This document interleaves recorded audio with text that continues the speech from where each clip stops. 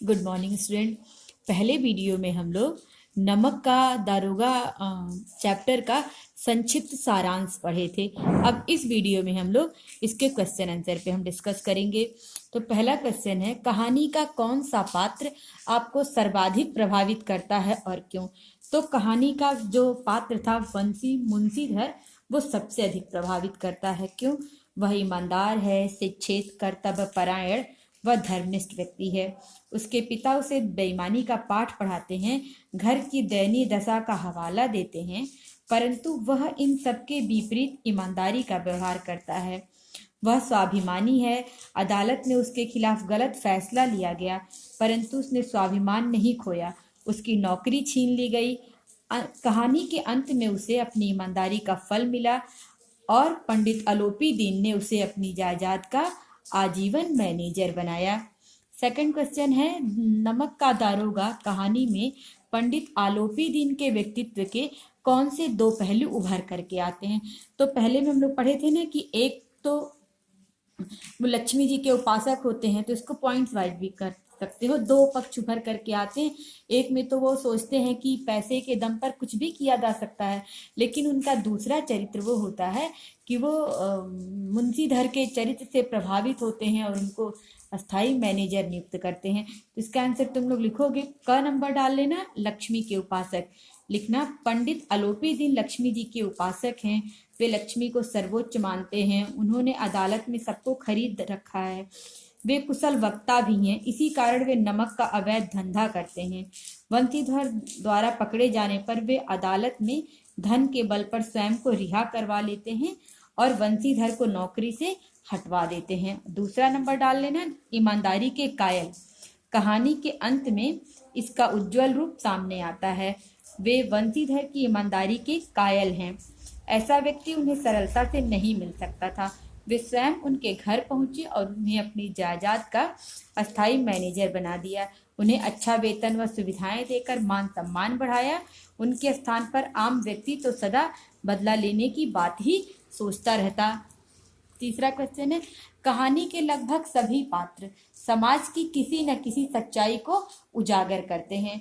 निम्नलिखित पाठों के संदर्भ में पाठ से उस अंश को उद्धृत करते हुए बताइए कि यह समाज की किस सच्चाई को उजागर करते हैं। वृद्ध मुंशी उनके पिताजी हैं।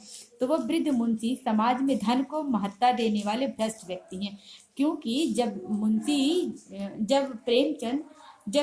मुंशी बंसीधर नौकरी के लिए जाते हैं तो उनके पिताजी उनको समझाते हैं कि ऊपरी कमाई पर भी ध्यान देना। उसी के आधार पर कहा जा सकता है कि वृद्ध मुंशी समाज में धन को महत्ता देने वाले भ्रष्ट व्यक्ति हैं। मासिक वेतन तो पूर्णमासी का चांद है जो एक दिन दिखाई देता है और घटते घटते लुप्त हो जाता है। ऊपरी आय बहता हुआ स्रोत है जिससे सदैव प्यास बुझती है, ऐसा समझाते हैं उनको। फिर वकील आजकल के वकील जैसे धन लूटना ही उनका धर्म बन गया है। वकील धन के लिए गलत व्यक्ति के पक्ष में लड़ते हैं। मजिस्ट्रेट के आलोपी दीन के हक में फैसला सुनाने पर वकील खुशी से उछल पड़ते हैं। शहर की भीड़। अब शहर की भीड़ क्या है? शहर की भीड़ दूसरों के दुखों में तमाशे जैसा मजा लेती है। पाठ में एक स्थान पर कहा गया है कि भीड़ के मारे छत और दीवार में भेद नहीं रह गया। अब है, नमक का दारोगा कहानी का कोई दो अन्य शीर्षक बताते हुए उसके आधार को भी स्पष्ट कीजिए। इस कहानी का दो शीर्षक और क्या हो सकता है? एक सत्य की जीत हो सकता है और दूसरा ईमानदारी हो सकता है। अब उसका आधार बताएंगे तो सत्य की जीत। इस कहानी में सत्य शुरू में भी प्रभावी रहा और अंत में बंसीधर के सत्य के सामने आलोपी दीन को हार माननी पड़ी। फिर ईमानदारी। बंसीधर ईमानदार था। वह भारी रिश्वत से भी प्रभावित नहीं हुआ। अदालत में उसे हार मिली, नौकरी छूटी, परंतु उसने ईमानदारी का त्याग नहीं किया। अंत में आलोपी दीन स्वयं उसके घर पहुंचा और इस गुण के कारण उसे अपनी समस्त जायदाद का मैनेजर बना दिया।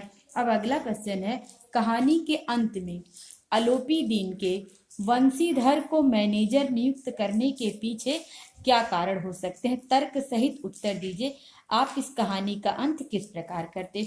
कहानी के अंत में जो आलोपीदीन होते हैं वो वंशीधर को अपनी संपत्ति का स्थायी मैनेजर नियुक्त करते हैं।